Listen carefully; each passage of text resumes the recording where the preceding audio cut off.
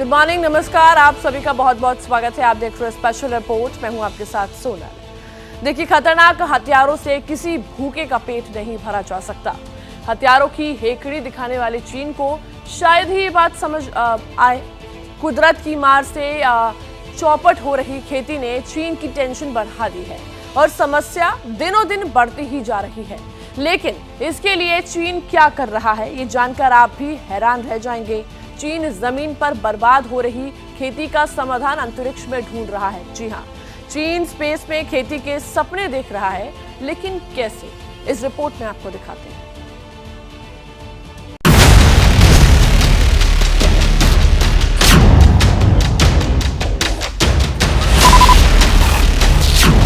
चीन में बाढ़ से हाहाकार मचा है।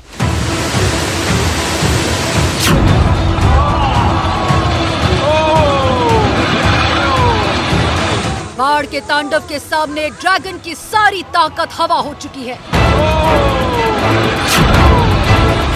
सैलाब में बहती गाड़ियां, डूबते घर मकान।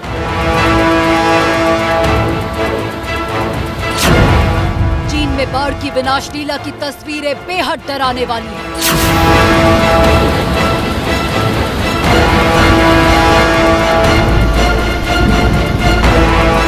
लेकिन चीन की असली चिंता बाढ़ से बर्बाद हो चुकी फसल को लेकर है।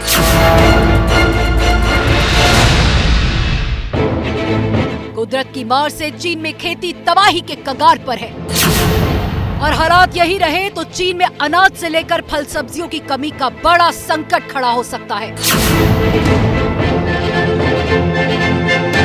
चीन में खाने के लाले न पड़ जाए, इसलिए माओ का मुल्क अब जमीन को छोड़ अंतरिक्ष में भोजन की तलाश कर रहा है। चीन अंतरिक्ष खेती के एक बड़े मिशन में जुटा है। स्पेस में लहराएगी चीन की फसल। स्पेस में होगा चीन का फार्म हाउस।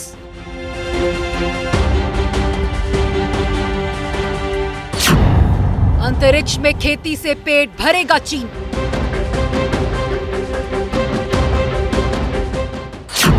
ड्रैगन की स्पेस फार्मिंग का सस्पेंस।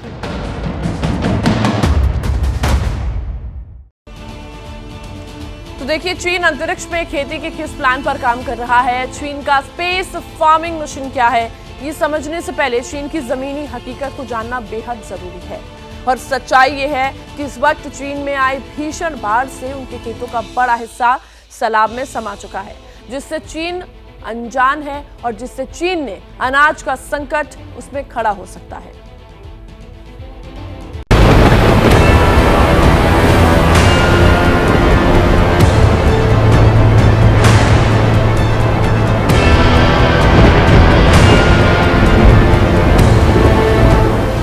कयामत का मंजर है। डोक्सुरी तूफान की वजह से चीन के कई इलाकों में भारी बारिश हुई और इसके बाद चीन के बड़े हिस्से में सैलाब ने तांडव मचाना शुरू कर दिया।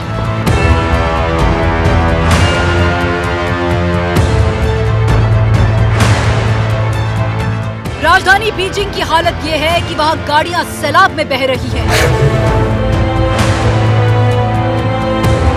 चीन के फुजियान प्रांत में भी ऐसा ही मंजर है। यहाँ भी भारी भरकम गाड़ियां तिनके की तरह पानी में बह रही हैं।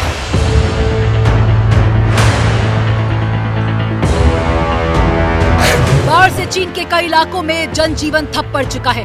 खासकर चीन के बीजिंग, तियानजिन, हेबोई, शॉक्सी और हेनान प्रांत में बाढ़ ने ज्यादा तबाही मचाई है।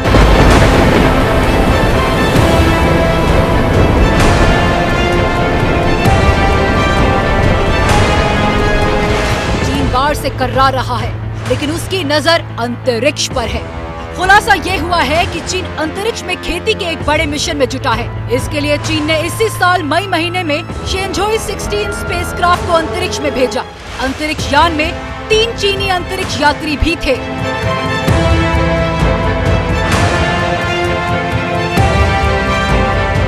खबरों के मुताबिक शेनझोई 16 मिशन के तहत चीन ने पौधों के बीज चीन के स्पेस स्टेशन तियोंगोंग में भेजे थे।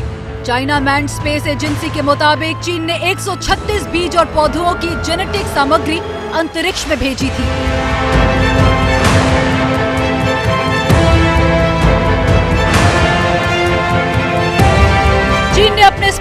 मिशन में 12 अनाज की फसलों के बीज और 28 नकदी फसल के बीज भेजे थे।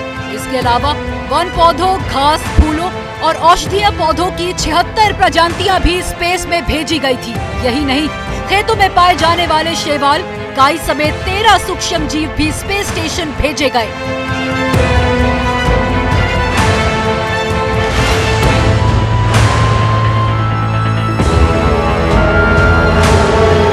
चीन अंतरिक्ष में बड़े पैमाने पर खेती की तैयारी में जुटा है और ये कोशिश 80 के दशक से की जा रही है, लेकिन चीन का ये मिशन अब निर्णायक मोड़ पर है।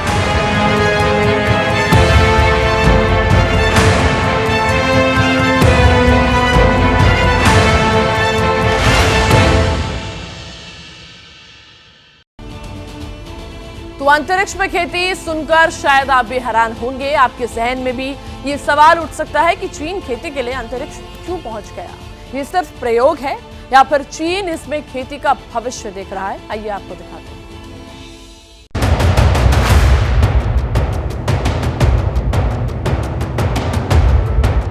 अंतरिक्ष में खेती का आइडिया बरसों पुराना है। चीन इस पर 80 के दशक से ही काम कर रहा है और इस कोशिश में उसे कामयाबी भी मिली है।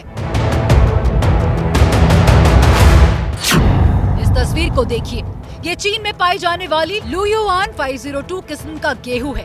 पूर्वोत्तर चीन में इस गेहूं की बड़े पैमाने पर खेती होती है।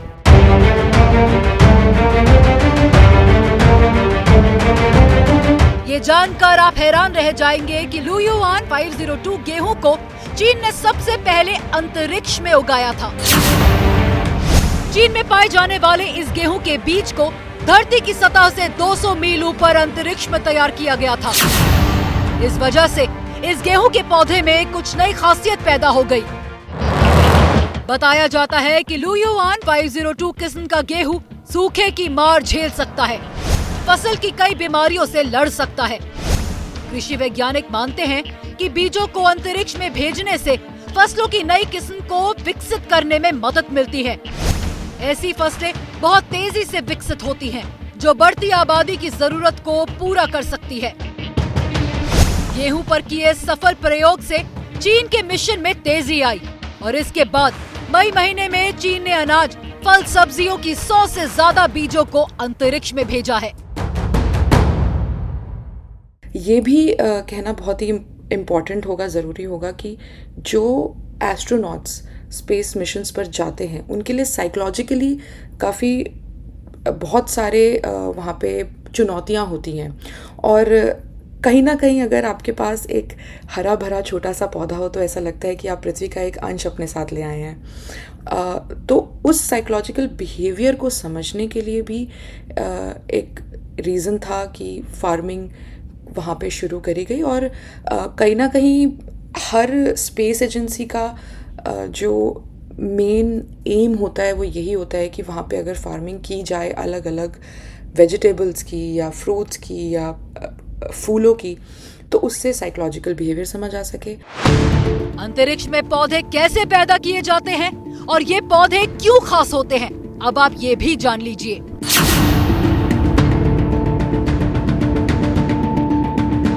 दरअसल अंतरिक्ष में भेजे गए बीज माइक्रो ग्रेविटी में रहते हैं, मतलब वहाँ धरती का ग्रेविटी फोर्स काम नहीं करता और इसके बदले ग्रेविटी फोर्स पैदा किया जाता है। यही नहीं, अंतरिक्ष में सूर्य की किरणों के बदले बीजों के बढ़ने में कॉस्मिक किरणों की मदद ली जाती है। इस प्रोसेस से पौधों का विकास और परिवर्तन तेजी से होता है, जिसे स्पेस माइक्रोजेनेसिस कहा जाता है।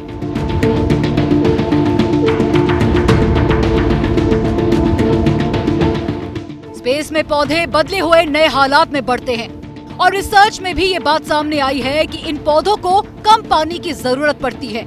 ये तेजी से बढ़ते हैं और इनमें फल भी ज्यादा होते हैं। स्पेस में विकसित किए गए पौधों को धरती पर जब वापस लाया जाता है तो उसे एक बार फिर प्रोसेसिंग से गुजारा जाता है ताकि इस पौधे का इस्तेमाल धरती पर हो सके।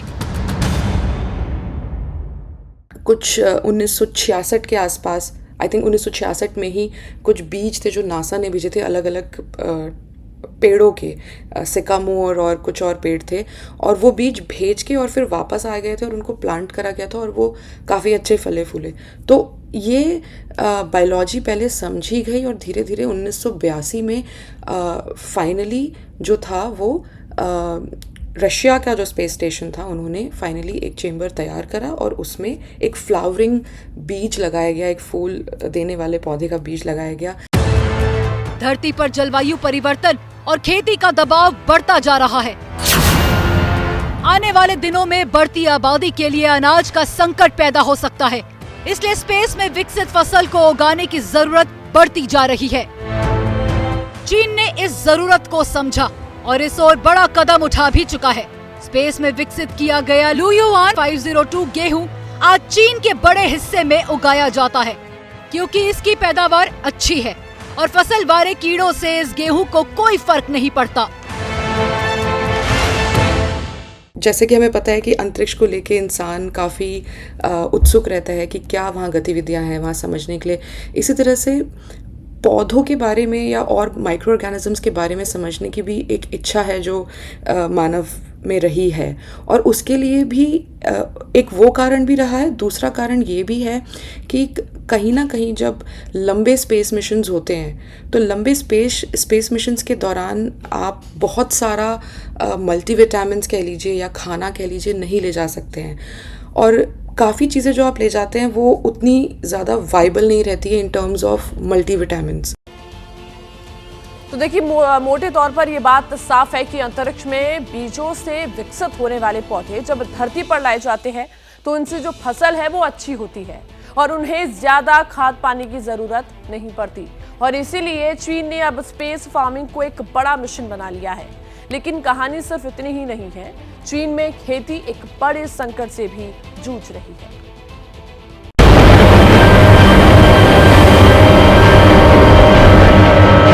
चीन में आई बाढ़ ने इस समय चीन की खेती पर सबसे ज्यादा कहर बरपाया है। खेत सैलाब में समा चुके हैं, जबकि चीन पहले से ही अनाज के संकट से जूझ रहा है।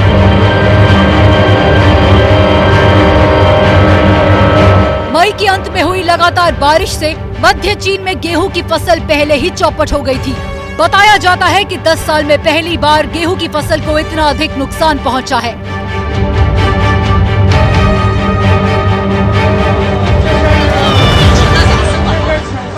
चीन में अनाज संकट की वजह से जिनपिंग सरकार पर दबाव बढ़ता जा रहा है। पिछले साल 2.5 करोड़ की आबादी वाले शंघाई शहर में खाने की किल्लत से जनता में असंतोष फैल गया था। कोविड के दौरान लोगों को सड़कों और ग्रोसरी स्टोर पर खाने के सामान के लिए लड़ते देखा गया था। कोविड के बाद चीन पर रूस यूक्रेन युद्ध की मार पड़ी है। यूक्रेन की जंग से गेहूं और फर्टिलाइजर मिलना मुश्किल हो गया है। चीन को अमेरिका से अधिक महंगा सोयाबीन और फूड खरीदना पड़ रहा है। चीन के लिए मामला गंभीर है, क्योंकि दुनिया की 22% आबादी चीन में रहती है, जबकि चीन में दुनिया की सिर्फ 7% खेती योग्य जमीन है।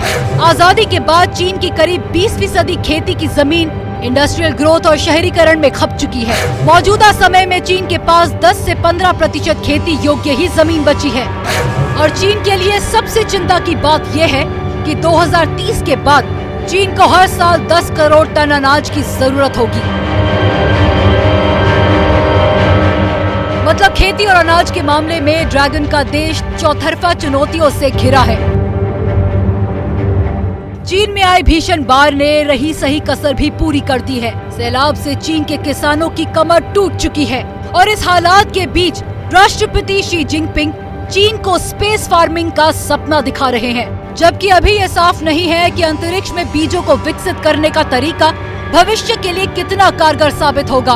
अंतरिक्ष में खेती से चीन की फसल कितनी लहराएगी, ये बताना फिलहाल मुश्किल है। फिलहाल चीन की जो तस्वीर दिखाई दे रही है कि हथियारों की होड़ में जुटे चीन को अब पेट की चिंता सता रही है। जिनपिंग सरकार ने अगर वक्त रहते अनाज का पूरा इंतजाम नहीं किया तो चीन की सड़कों पर लोग खाने के लिए लड़ते नजर आएंगे, जैसे कोविड के दौरान देखा गया।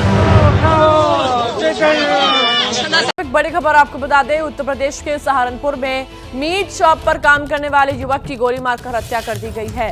बेहद रोड पर युवक मीट शॉप पर काम करता था।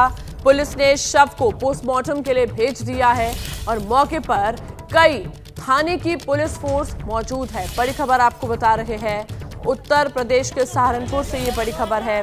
तस्वीरें आप देख सकते हैं, सहारनपुर में मीट शॉप पर काम करने वाले युवक की गोली मारकर हत्या कर दी गई।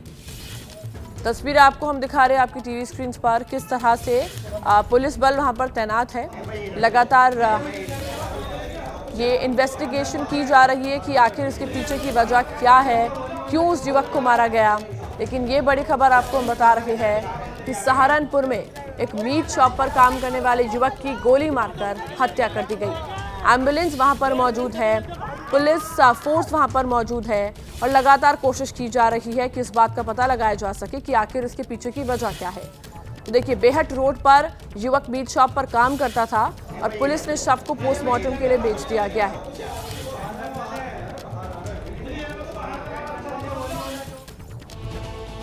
और देखिए, हरियाणा की नूह में 31 जुलाई को भड़की हिंसा की आग 1 अगस्त को गुरुग्राम तक पहुंच गई है। बड़ी खबर आपको बता रही है, गुरुग्राम में अलग अलग इलाकों में आगजनी की खबरें सामने आई है। मंगलवार देर रात गुरुग्राम के सेक्टर 70A में 3 अलग अलग जगहों पर आगजनी की खबरें सामने आई है। सेक्टर 70A में गोदाम को शरारती तत्वों ने आग के हवाले कर दिया, तो साथ ही साइकिल पंचर की दुकान को फूंक डाला। आगजनी की सूचना पाकर फायर ब्रिगेड टीम जो है वो मौके पर पहुंच गई और आग बुझाने की कोशिशों में जुट गई। तस्वीरें आप देख सकते हैं किस तरह से आग के हवाले उस दुकान को कर दिया। तस्वीरों से आप समझ सकते हैं कि किस तरह से यहाँ हिंसा की आग भड़की हुई है। 2 तस्वीरें हम आपको दिखा रहे हैं किस तरह से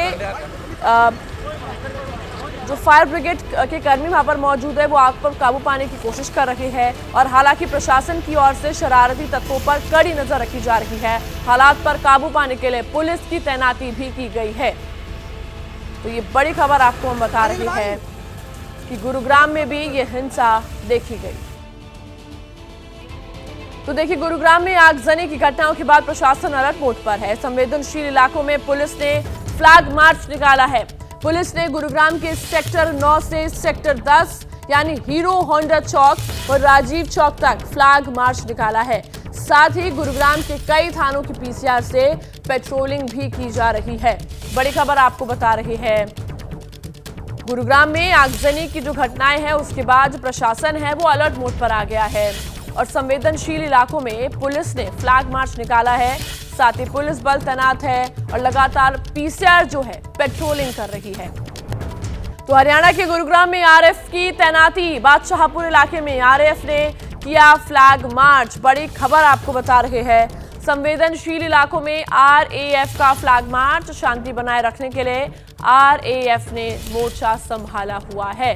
बड़ी खबर आपको बता रही है, लगातार पीसीआर को पेट्रोलिंग के लिए भी कहा गया है। लगातार हर एक इलाके की सुरक्षा की जा रही है ताकि और हिंसा ना भड़के। इसलिए हरियाणा के गुरुग्राम में आरएएफ की तैनाती बादशाहपुर इलाके में करी गई है और तस्वीरें आप देख सकते हैं, आरएएफ ने फ्लैग मार्च वो कर रहे हैं और संवेदनशील इलाकों में आरएएफ का फ्लैग मार्च लगातार जारी है और ये कोशिश की जा रही है कि शांति बनी रहे, उसके लिए आरएएफ ने मोर्चा संभाला हुआ है।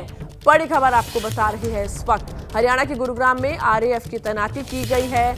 लगातार जो हिंसा भड़की है उसको कंट्रोल में करने के लिए पुलिस बल तैनात है और अब आरएएफ ने भी मोर्चा संभाला हुआ है।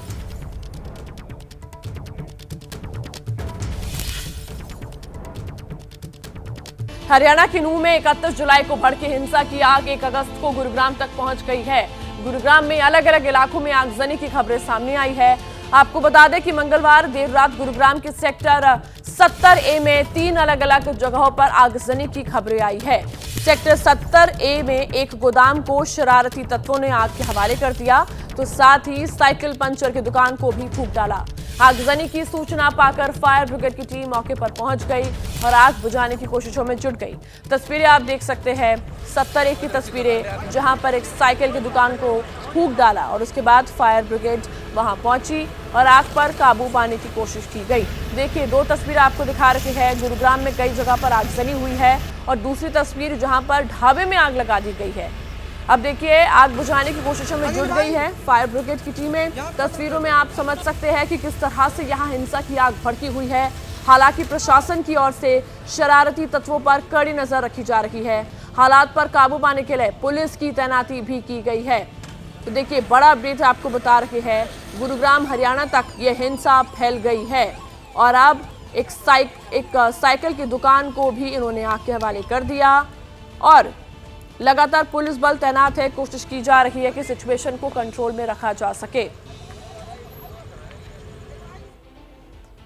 तो हरियाणा के गुरुग्राम में आरएएफ की तैनाती बादशाहपुर इलाके में भी की गई है और आरएएफ ने फ्लैग मार्च शुरू कर दिया है। बड़ी खबर आपको बता रहे हैं, हरियाणा के गुरुग्राम में आरएएफ की तैनाती कर दी गई है और संवेदनशील इलाकों में आरएएफ का फ्लैग मार्च लगातार जारी है। तो देखिए, पुलिस फोर्स तैनात है। आरएएफ के जो लोग हैं यहाँ पर, इन्होंने मोर्चा संभाला हुआ है और लगातार ये कोशिश की जा रही है कि सिचुएशन को कंट्रोल में रखा जाए, क्योंकि प्रदर्शन के बाद आगजनी की जा रही है और उसको कंट्रोल में करने के लिए लगातार फोर्सेस तैनात की गई है। बड़ी खबर आपको बता रहे हैं, हरियाणा के गुरुग्राम में आरएएफ की तैनाती की गई है और बादशाहपुर इलाका है जहां पर आरएएफ का फ्लैग मार्च लगातार जारी है। तो देखिए, गुरुग्राम में आगजनी की घटनाओं के बाद प्रशासन अलर्ट मोड पर है। संवेदनशील इलाकों में पुलिस ने फ्लैग मार्च निकाला हुआ है। पुलिस ने गुरुग्राम के सेक्टर 9 से सेक्टर 10 यानी हीरो होंडा चौक और राजीव चौक तक फ्लैग मार्च निकाला हुआ है। साथ ही गुरुग्राम के कई थानों की पीसीआर जो है वो पेट्रोलिंग भी कर रही है। लगातार ये कोशिश की जा रही है कि कोई भी ऐसा शरारती तत्व ना मौजूद हो जो फिर से हिंसा भड़का सके और फिर से आगजनी हो, इसलिए ये कोशिश की जा रही है पुलिस बल तैनात की तरफ से, आरएएफ की तरफ से। और देखिए, दो तस्वीरें आपको हम दिखा रहे हैं जिसमें एक तरफ आरएएफ का फ्लैग मार्च लगातार जारी है, कोशिश की जा रही है कि सिचुएशन इन कंट्रोल रहे, और दूसरी तरफ पुलिस ने ये फ्लैग मार्च निकाला है। देखिए किस तरह से जो पीसीआर भी है वो भी तैनात है और ये पुलिस बल का जो फ्लैग मार्च है आप देख सकते हैं किस तरह से एक लंबे स्ट्रेच तक ये किया जा रहा है, ताकि अगर कुछ भी ऐसा दिखता है, कोई भी ऐसा शरारती तत्व दिखता है तो तुरंत उसको हिरासत में ले लिया जाए। ये बड़ी अपडेट हम आपको दे रहे हैं और दो तस्वीरें आपको हम दिखा रहे हैं गुरुग्राम हरियाणा की, एक बादशाहपुर इलाके की जहां पर आरएएफ जो रैपिड फोर्स है वो वहां पे तैनात है और दूसरी तरफ पुलिस बल वहां पर तैनात है। साइबर सिटी में पुलिस का पहरा है। और देखिए, हरियाणा के नूह में हुई हिंसा से जुड़ी बड़ी खबर आपको बता दें, नूह हिंसा के खिलाफ आज बजरंग दल प्रदर्शन करेगा। आज देश भर में बजरंग दल के कार्यकर्ता अलग अलग जगहों पर प्रदर्शन करेंगे। सभी राज्यों में जिला स्तर पर प्रदर्शन का आयोजन किया जाएगा। वहीं राजधानी दिल्ली में 23 जगहों पर बजरंग दल की ओर से प्रदर्शन किया जाएगा। बड़ी खबर आपको बता रहे हैं।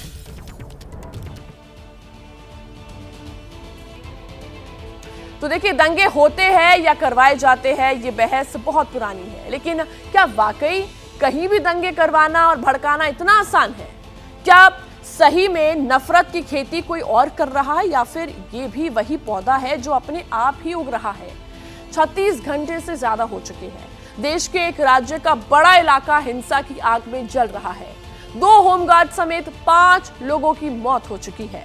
स्कूल्स, कॉलेजेस सब बंद है। हिंसा और आगजनी में करोड़ों की संपत्ति खाक हो चुकी है और ये सब देश की राजधानी से महज 100 किलोमीटर के फासले पर हो रहा है। अब सवाल ये खड़ा होता है कि हरियाणा को दंगे की आग में जो झुलसाने का मास्टरमाइंड आखिर कौन है? उपद्रवियों को उकसाने, भड़काने और हाथ में पत्थर थमाने वाला किरदार आखिर कौन है? ये ग्राउंड रिपोर्ट आपको दिखाएंगे, तथ्यों, तस्वीरों और गवाहों के जरिए हिंसा का 100% सच सामने रखने के लिए सुपर एक्सक्लूसिव रिपोर्ट आपके लिए। सन पे करे कमाल रंगीन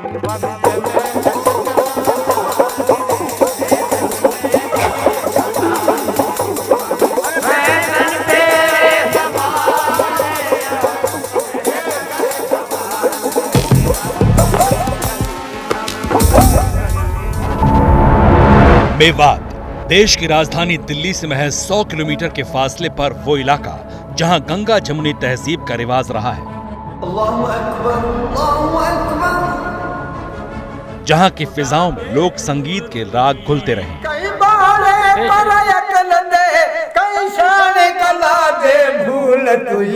आलम और जहनों की मौला करता है दुआ कबूल तुही। जहां अरावली की पहाड़ियों का जर्रा जर्रा मेवों की वफादारी की तारीख बताता है,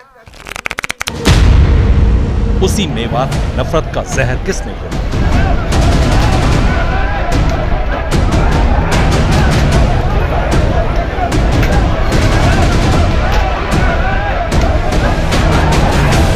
मेवात को सबसे बड़ा आघात किसने दिया? मेवात में हिंसा का मास्टरमाइंड कौन है? उपद्रवियों को किसने उकसाया?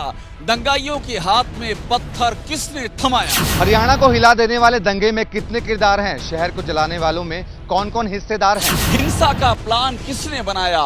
नूह से लेकर सोहना तक साजिश में किसका नाम आया? ये जली गाड़ियां, ये बिखरे पत्थर और सहमा हुआ शहर पूछ रहा है कि 3 दशक बाद मेवात को जलाने का मास्टरमाइंड कौन है?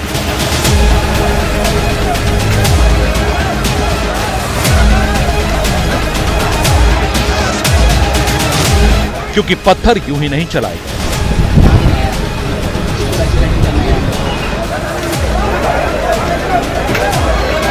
100 से ज्यादा गाड़ियों को ऐसे ही नहीं फूंका गया।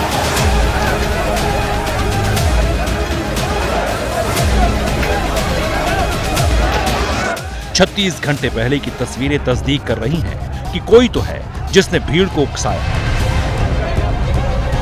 हमला करवाया और पूरे प्लान के साथ करवाया। इसलिए एबीपी न्यूज पर ऑन द स्पॉट गवाही होगी कि उपद्रव की शुरुआत कैसे और किसने की, हिंसा के पीछे किसका प्लान बताया जा रहा है, हिंसा रोकने में पुलिस नाकाम क्यों रही।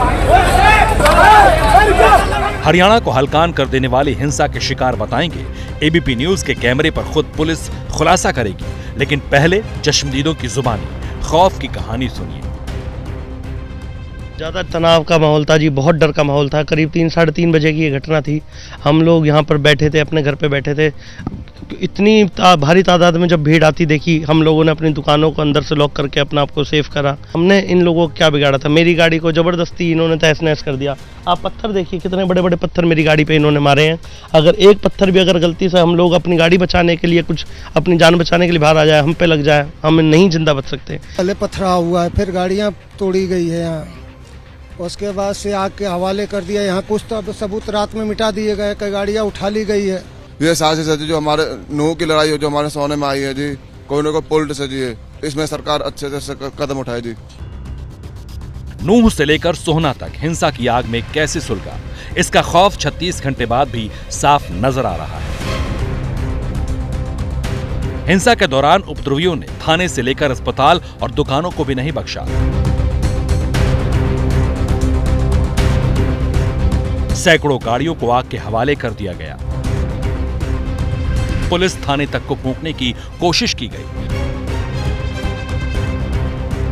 ये नूह के थाना साइबर क्राइम की तस्वीर है। देखिए किस तरह से यहाँ पर पुलिस की गाड़ियों को तोड़ा गया है। इस गाड़ी का हाल देखिए, ये पुलिस की गाड़ी है और यही हाल आगे भी आपको हम दिखा रहे हैं। देखिए ये दूसरी गाड़ी है, इसको भी इस तरह से तोड़ा गया है कि गाड़ी आगे से पूरी पिचक गई है। ये जो बस खड़ी है, इस बस को सीधा ये जो दीवार है थाने की, ये सीधा इस दीवार से टकराई है और इसके शीशे टूटे हुए हैं। ये बस पूरी तरह से टूटी फूटी हुई है, यानी कि एक एक चीज को यहाँ पर टारगेट किया गया है। पूरे थाने को फूंकने की कोशिश की गई। इसमें जो पुलिसकर्मी थे उन्होंने किस तरह से अपनी जान बचाई, ये अपने आप में एक बेहद ही चैलेंजिंग और बेहद ही दुखद तस्वीर थी। इन सब दीवालों को फांद करके दंगाई आए थे और ये देखिए किस तरह से जला दिया गया है। ये मोटरसाइकिल यहाँ पर खड़ी थी।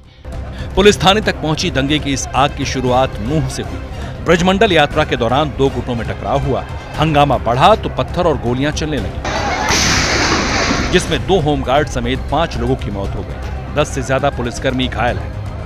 ये जगह जो है वो अंबेडकर चौक कहलाती है, बाईपास रोड कहलाती है और मेरे पीछे आपको तस्वीरें हैं ये बताने के लिए काफी हैं कि कितना ज्यादा असर यहाँ देखने को मिला। इस हिंसा में आपको ये भी बता दें कि 2 पुलिस वालों की मृत्यु हो चुकी है, 20 से ज्यादा घायल हो चुके हैं और बड़ी तादाद में 2 समुदाय के बीच बीते दिन टेंशन देखने को मिली और अभी तक प्रमाण सुबह तक देखने को मिल रहे हैं। सामने आप देखिए एक स्कूटी आपको पूरी तरह जली हुई दिखाई देगी, जो दुकान है वो जली हुई दिखाई देगी। ये स्कूटी के साथ में ही आपको दुकान दिखा देते हैं। शटर बताया जा रहा है कि इसका डाउन था, खोलकर इस दुकान को आगजनी के हवाले किया गया। लोग ज्यादातर अपना घर छोड़कर यहाँ से जा चुके हैं, अपनी जान बचाकर अपनी दुकानों को बंद करके किसी सुरक्षित जगह पर चले गए हैं। जिस शहर में रौनकें हुआ करती थी वहां सन्नाटा पसरा है। सड़क से लेकर पहाड़ी और बाजारों से लेकर रिहायशी इलाकों तक बिखरे हिंसा के निशान उस खौफनाक मंजर को बयां कर रहे हैं। आप तस्वीरें देखिए, किसी का ये ठेला लगा हुआ था, वो यहाँ पर आम बेच रहा था और उसके ठेले को किस तरह से पूरी तरह से यहाँ पर बर्बाद कर दिया गया है। सामने देखिए दूसरे ठेले की तस्वीर, एक दुकान थी उसे पूरी तरह से यहाँ पर खाक में तब्दील कर दिया गया है। 2 दुकानें यहाँ पर आपको सामने नजर आएंगी। दोनों दुकानों में जमकर लूटपाट की गई। सामने काफी ज्यादा नुकसान जो है वो दुकान को पहुंचा है। रोड पे तस्वीरें देखिए, हर ओर यहाँ पर पत्थर ही पत्थर नजर आएगा, कांच के बिखरे हुए टुकड़े आपको यहाँ पर नजर आएंगे। नूह से लेकर सोहना और गुरुग्राम तक हिंसा के निशान नजर आते हैं। पुलिस के मुताबिक 133 गाड़ियों को आग के हवाले किया गया। ये तस्वीरें देखिए, आपको कोई भी गाड़ी यहाँ पर ठीक नहीं बची है।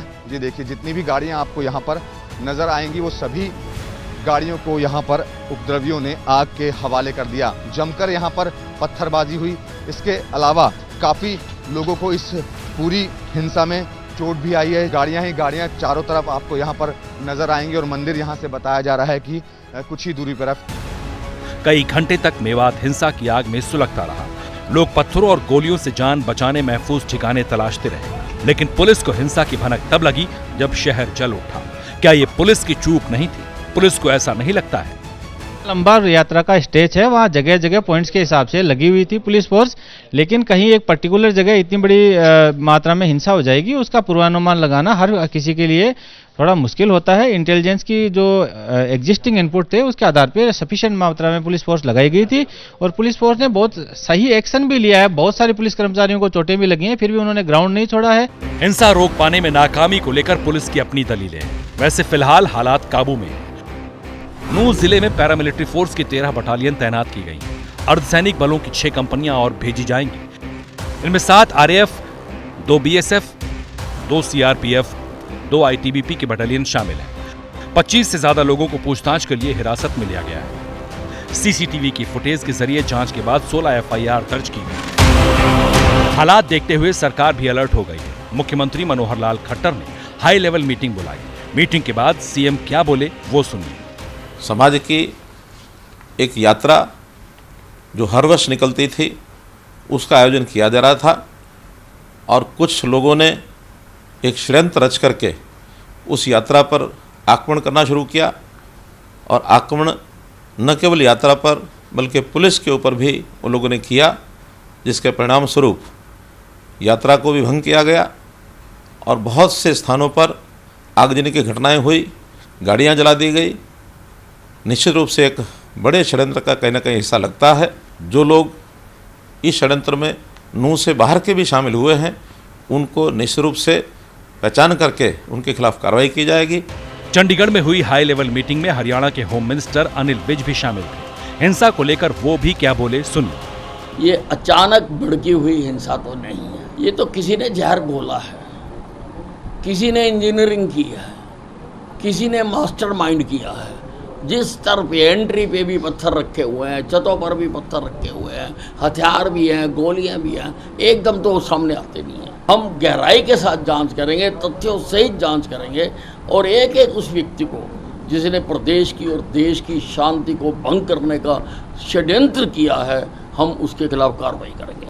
और एक बड़ी खबर आपको बता दें, हरियाणा के रेवाड़ी में तोड़फोड़, दुकान और रेस्टोरेंट की गई है तोड़फोड़ का CCTV फुटेज सामने आ गया है। बड़ी खबर आपको बता रही है, नकाबपोश हमलावरों ने तोड़फोड़ की है और सूचना पाकर मौके पर पहुंची पुलिस और हमलावर मौके से फरार हो गए। बड़ी खबर आपको बता रही है हरियाणा के रेवाड़ी से बड़ी खबर, जहां पर दुकान और रेस्टोरेंट में ये तोड़फोड़ हुई है।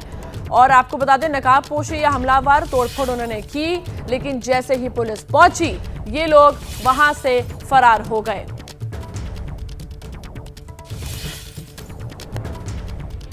तो देखिए, नूंह और सोहना में हुई हिंसा ने एक बार फिर मेवात के दामन पर दाग लगा दिया है। मेवात का अतीत जितना गौरवशाली है, मौजूदा दौर उतना ही दमदार बनता जा रहा है। राजस्थान से लगता है हरियाणा का ये इलाका अक्सर गलत वजहों से चर्चा में रहता है। क्राइम मेवात की पहचान बन गई है। एक दौर हुआ करता था जिस वक्त मेवात को लेकर मजहबी भाईचारे की मिसाल दी जाती थी। उसकी फिजा में नफरत क्यों घुलने लगी है, ये बड़ा सवाल है। आइए आपको इस रिपोर्ट में दिखाते हैं।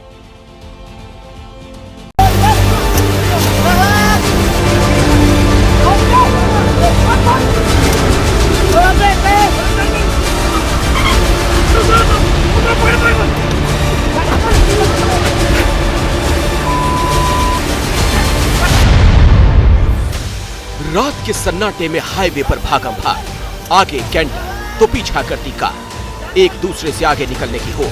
ऐसी दौड़ जिसमें ट्रक का पहिया तक निकल जाता है, बावजूद इसके ट्रक नहीं रुकता।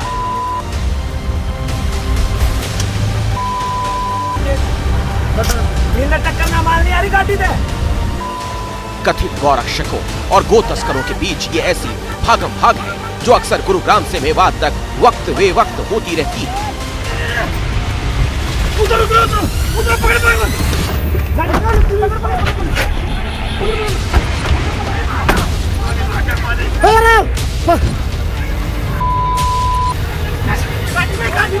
सुनने में ये भले ही अजीब लगे, लेकिन ये सच है कि गो तस्करों ने मेवात का नाम खराब करने में कोई कसर नहीं छोड़ी।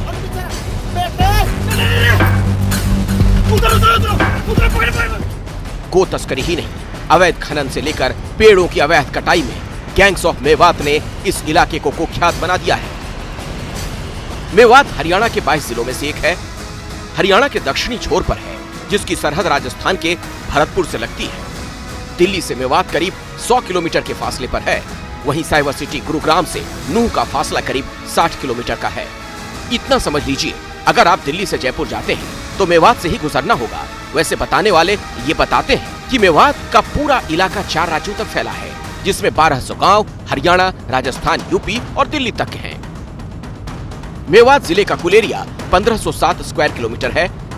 करीब 11 लाख के बराबर आबादी है। मेवात में 80% मुस्लिम आबादी है, हिंदू 20% है।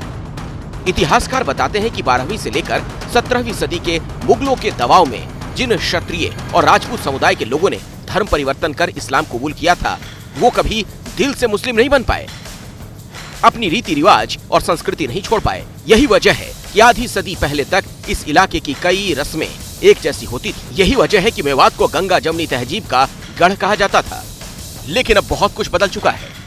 मेवात के मुसलमानों को मेव कहा जाता है। ये लोग मुस्लिम राजपूत कहलाते हैं। ये भी हिंदुओं की तरह एक ही गोत्र में शादियां नहीं करते हैं।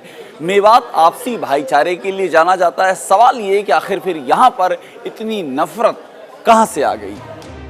हाल तक ईद बकरीद के साथ होली दिवाली मनाने वाले मेव अब बड़ी दाढ़ियां रखने लगे हैं। पगड़ी साफा की जगह गोल टोपी ने ले ली। धोती पाजामे की जगह तहमद आ गई है। यानी सियासत ने एक बार फिर इस गंगा जमनी तहजीब वाले मेवों को अपने लपेटे में ले लिया। गो तस्करी ही नहीं, झारखंड के जामताड़ा के बाद मेवात साइबर क्रिमिनल्स का सबसे बड़ा गढ़ बन चुका है। 3 महीने पहले एसटीएफ और नूंह पुलिस ने 5000 पुलिसकर्मियों के साथ 14 गांवों में एक साथ 300 ठिकानों पर छापेमारी की थी। इस कार्रवाई में 47 लोगों को गिरफ्तार किया गया था, जिसके बाद खुलासा हुआ था मेवात के साइबर ठगों का जाल देश के कई राज्यों तक फैला हुआ है। इतना ही नहीं, पशुओं की चोरी, लूटपाट और राहजनी के किस्से मेवात ही नहीं दूर दराज के इलाकों में भी कहे सुनाए जाते हैं। दिल्ली और आसपास के इलाकों में लूटपाट और हत्या करने वाले मेवाती गिरोह कुख्यात है। लेकिन सबसे ज्यादा नुकसान अब कट्टरता की वजह से हो रहा है। तो सवाल ये, इसकी वजह क्या है? जवाब ऐसे समझिए, मेवात को क्यों हरियाणा के सबसे पिछड़े इलाकों में गिना जाता है? यहाँ की साक्षरता दर 55% भी नहीं है। पुरुष और महिलाओं की साक्षरता दर में दुगना अंतर है। तालीम की कमी ही है कि कट्टरपंथी मेवातियों की नई नस्लों का आसानी से ब्रेन वॉश करते हैं। इन्हें आसानी से बरगलाकर अपराध की दुनिया में फंसा लिया जाता है, जिसका नतीजा नूह से लेकर सोहना तक नजर आने लगा है। एक बड़ी खबर आपको बता दें, निकोबार द्वीप समूह में भूकंप के झटके महसूस किए गए हैं। बड़ी खबर आपको बता रहे हैं, 5 तीव्रता का भूकंप आया है। और बता दें, ये भूकंप सुबह 5:40 पर ये भूकंप के झटके महसूस हुए हैं, लेकिन भूकंप से किसी को भी कोई नुकसान नहीं है, अभी तक ये खबर सामने आई है। तो निकोबार द्वीप पर भूकंप के झटके महसूस किए गए हैं।